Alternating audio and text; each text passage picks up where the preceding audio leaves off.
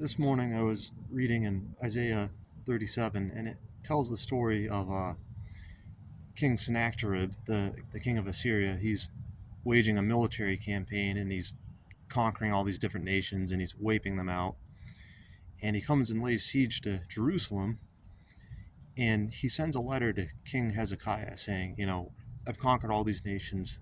Their gods couldn't deliver them, and your God is going to be just like them. So Hezekiah, he takes this letter and he goes into the temple and he spreads it out before God and he prays and he says, look at what this pagan king is saying. He's saying you're a false god and you won't be able to defeat him just like all the other gods of the nations.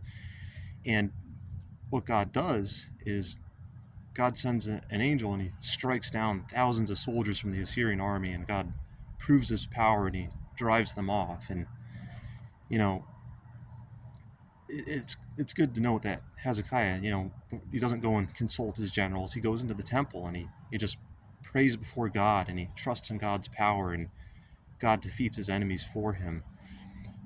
First Thessalonians 5:18, it says, "Pray without ceasing." Bring all things to God in prayer, and God takes note of our prayer. He acknowledges that we depend on His power, and God will come through. God does wonders, and just by trusting God and bringing things to Him in prayer, it's amazing to see what He will do.